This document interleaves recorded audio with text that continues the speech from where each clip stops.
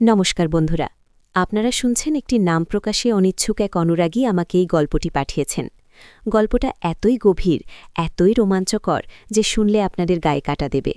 আমি জানি আপনারা আমার এই ধরনের আবেগী এবং গভীর গল্প ভালোবাসেন, তাই আজ আপনাদের জন্য নিয়ে এসেছি এমনই এক অসমাপ্ত কাহিনী। আপনাদের ভালোবাসা আর সাড়া পেলে আমি এই গল্পের দ্বিতীয় পর্ব অবশ্যই নিয়ে আসব।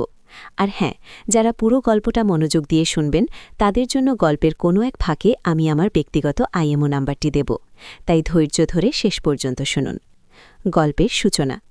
আমি অরুণিমা, বয়স ৩৫, বিবাহিত, ২ সন্তানের মা। আমার স্বামী রজত একজন প্রতিষ্ঠিত ব্যবসায়ী। আমাদের সংসার বাইরে থেকে দেখলে মনে হবে ছবির মতো, কিন্তু ভেতরে টানাপোড়েন, নিস্তব্ধতা কতখানি গভীর তা কেবল আমিই জানি।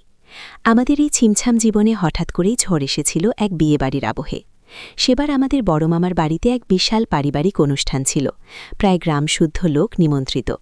এত বড় আয়োজন, তাই মামা শহরের নামকরা ক্যাটারিং সার্ভিস নিয়েছিলেন। সেই ক্যাটারিং সার্ভিসের বাবুর্চির ম্যানেজারের নাম ছিল বিশ্বনাথ, আর তার ভাই, যে কিনা সব দেখভালের দায়িত্বে ছিল, তার নাম ছিল অর্ণব। প্রায় ২৫ কি ২৬ বছর বয়স, লম্বা সুঠাম দেহ, শান্ত কিন্তু তীক্ষ্ণ চোখ। প্রথম দেখাতেই কেমন যেন একটা আকর্ষণ অনুভব করেছিলাম, অথচ সে ছিল সাধারণ এক বাবুর্চির ম্যানেজারের ভাই, আর আমি এক সম্ভ্রান্ত পরিবারের গৃহবধূ। কিন্তু মন কি সমাজ মন কি জাতপাতের ভেদাভেদ? অর্ণবের চোখের ভাষা, তার কাজের প্রতি নিষ্ঠা, তার পরিচ্ছন্নতা সবকিছুই আমাকে এক অন্য জগতে নিয়ে যাচ্ছিল। ওর শান্ত চাহনি, মাঝে মাঝে আমার দিকে ঘুরে তাকানো, তার মধ্যে এমন কিছু ছিল যা আমাকে চুম্বকের মতো টানত। প্রথম দিন অনুষ্ঠানে বিভিন্ন কাজে ব্যস্ত থাকার ফাঁকে আমি ওকে কয়েকবার দেখেছিলাম। প্রতিবারই চোখাচোখি হলে ও একটু হেসে ফেলত। সেই হাসি বড় সহজ, বড় সুন্দর। আমার ভেতরটা কেমন যেন মোচড় দিয়ে উঠত। পরের দিন অনুষ্ঠান শেষ হবার পর অর্ণব এবং তার দল জিনিসপত্র গুছিয়ে নিচ্ছিল। আমি বাপের বাড়ি এসেছিলাম, তাই আমাকেও সেখানে থাকতে হচ্ছিল। আমি ওদের সাহায্য করতে গেলাম। সেই সুযোগে অর্ণবের সাথে আমার কথা হলো। ওর গলার স্বর, কথার ধরন সবকিছুতেই কেমন যেন একটা মাদকতা ছিল। আমরা কথা বলতে বলতে কখন যে রাতের খাবারের সময় পার হয়ে গেছে তা বুঝতেই পারিনি। সেই প্রথম আমি আমার স্বামীর অনুপস্থিতিতে অন্য কোনো পুরুষের সান্নিধ্য এতখানি উপভোগ করলাম। অনুষ্ঠান শেষ হয়ে গেল, অর্ণবের দল চলে গেল, কিন্তু আমার মন পড়ে রইল। অর্ণবের সাথে কাটানো সেই কয়েকটা মুহূর্ত, তার চোখের দিকে তাকিয়ে থাকা, তার সাথে কথা বলা, সবই যেন এক রেশমি সুতোয় বাঁধা পড়েছিল আমার মনের গহীনে। কয়েকদিন পর আমি বাড়ি ফিরে এলাম। রজতের কাছে সব স্বাভাবিক, কিন্তু আমার ভেতরটা তখন অন্য স্রোতে বইছে। অর্ণবের মুখটা কিছুতেই মন থেকে মুছতে পারছিলাম না। একদিন হঠাৎ করেই দেখি আমার ফোনে একটা অচেনা নম্বর থেকে মেসেজ এসেছে। কেমন আছেন? ছোট্ট প্রশ্ন। আমি অবাক, কে হতে পারে? দ্বিধাগ্রস্তভাবে উত্তর দিলাম, ভালো। আপনি কে? উত্তর এলো, বিশ্বনাথ দার ভাই অর্ণব। আমার হৃৎপিণ্ডটা ধুকপুক করে উঠল। কেমনে আমার নম্বর পেল? বিশ্বনাথ দা, সে তো ক্যাটারিং সার্ভিসের ম্যানেজার, কিন্তু আমি তো ওর সাথে সেভাবে কথা বলিনি। তাহলে? আমি উত্তর দিলাম, আপনি আমার নম্বর পেলেন কি করে? ও উত্তর দিল, একটু খোঁজ খবর নিয়েছিলাম, আপনার কথা মনে পড়ছিল, তাই সাহস করে মেসেজ করলাম। আশা করি বিরক্ত করিনি। ওর এই কথায়, ওর এই অকপট স্বীকারোক্তিতে আমার ভেতরটা এক অদ্ভুত অনুভূতিতে ভরে উঠল।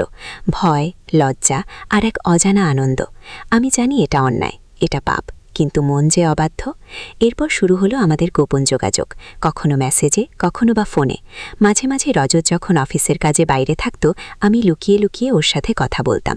ও আমাকে ওর জীবনের গল্প বলতো, ওর অভাব, ওর স্বপ্ন, ওর একাকিত্ব।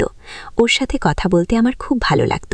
মনে হতো এ যেন এক অন্য জীবন, এক নতুন অনুভূতি। একদিন আমি ওকে জিজ্ঞাসা করলাম, তুমি আমার নম্বর পেলে কি করে? ও হেসে উত্তর দিল, বিশ্বাস করবেন না, কিন্তু আমি আপনার ফোন নম্বরটা চুরি করে নিয়েছিলাম, আপনি যখন আমাদের সাহায্য করছিলেন তখন। ওর এই অকপটতায় আমি থমকে গেলাম। চুরি? তাও আবার আমার ফোন নম্বর? কিন্তু ওর সেই দুষ্টুমি ভরা হাসি দেখে রাগ করতে পারলাম না, বরং ওর সাহস দেখে আমি অবাকই হলাম। আমাদের সম্পর্কটা তখন একটু একটু করে গভীর হচ্ছিল, কিন্তু দুজনেই জানতাম এটা কতটা বিপজ্জনক। অর্ণব জানত আমি বিবাহিত, আমিও জানতাম ওর সামাজিক অবস্থান আমার থেকে অনেক নিচে। কিন্তু এই ভেদাভেদ, এই নিয়মকানুন সবকিছুই তখন তুচ্ছ মনে হচ্ছিল। ওর প্রতি আমার টানটা যেন ক্রমশ বাড়ছিল। ওর স্পর্শের জন্য, ওর সান্নিধ্যের জন্য আমার মন ছটফট করত। একদিন রজত অফিসের কাজে বাইরে ছিল। আমি জানতাম অর্ণবও ওই দিন শহরে আসবে। আমি ওকে ফোন করলাম, বললাম, তুমি কি আজ আসবে? ও বলল, কোথায়? আমি বললাম, একটা নিরিবিলি জায়গা, যেখানে কেউ আমাদের দেখবে না। ওর গলার স্বর কেমন যেন বদলে গেল, একটু উত্তেজিত, একটু ভীত। ও বলল, তুমি ঠিক আছো তো? আমি উত্তর দিলাম, ঠিক আছি, শুধু তোমাকে দেখতে ইচ্ছে করছে।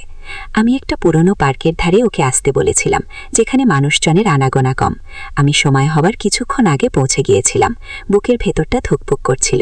বৃষ্টির পর ভেজা মাটির গন্ধ, চারপাশের নিস্তব্ধতা, সব মিলেমিশে এক অদ্ভুত পরিবেশ তৈরি হয়েছিল।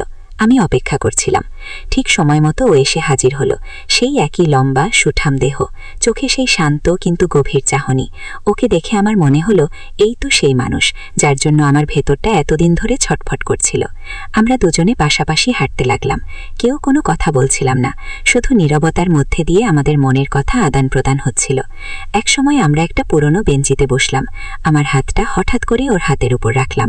ও একটু চমকে উঠল, তারপর আমার হাতটা আলতো করে ধরল।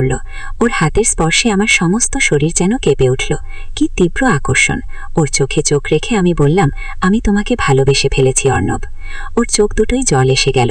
ও আমার দিকে কিছুক্ষণ তাকিয়ে রইল, তারপর খুব আস্তে বলল, আমিও তোমাকে, কিন্তু এটা ঠিক না অরুণিমা। আমি ওর চোখে চোখ রেখে বললাম, ঠিক বেঠিক এখন ভাবতে চাই না, শুধু এই মুহূর্তটা, শুধু এই টান, এটা সত্যি। ও আমাকে আলতো করে নিজের দিকে টেনে নিল। ওর বুকে মুখ লুকাতে আমার নিজেকে পৃথিবীর সব থেকে নিরাপদ মনে হলো। ওর শরীরের উষ্ণতা, ওর নিঃশ্বাসের শব্দ, সবকিছুই আমাকে এক নতুন অনুভূতির জগতে নিয়ে যাচ্ছিল। আমি ওর গলার স্বর শুনতে পাচ্ছিলাম, অরুণিমা, আমার সব হয়ে তুমি। ওর এই কথাগুলো আমার কানে ভেসে আসতেই আমি ওর আরও কাছে সরে গেলাম। আমার ঠোঁট খুঁজছিল ওর ঠোঁট। আমাদের মধ্যেকার এই নিষিদ্ধ আকর্ষণ, এই গভীর টান, এটা কি শুধু ক্ষণিকের মোহ, নাকি এর পেছনে লুকিয়ে আছে অন্য কোনো গভীর অর্থ? অর্ণবের সাথে এই গোপন সম্পর্কের শেষ কোথায়, আর আমার দাম্পত্য জীবনে এর কি প্রভাব পড়বে? এখানেই কি শেষ হয়ে যাবে অরুণিমার সব স্বপ্ন, সব আশা? গল্পটা এখানেই শেষ নয়। আপনাদের কি মনে হয়, কি হতে পারে এরপর? কমেন্ট করে জানান। আর হ্যাঁ, এই রোমাঞ্চকর কাহিনীর দ্বিতীয় পর্ব শুনতে হলে চ্যানেল সাবস্ক্রাইব করতে ভুলবেন না। পরবর্তী পর্বে আপনাদের জন্য নিয়ে আসবো আরও অনেক টানটান উত্তেজনা।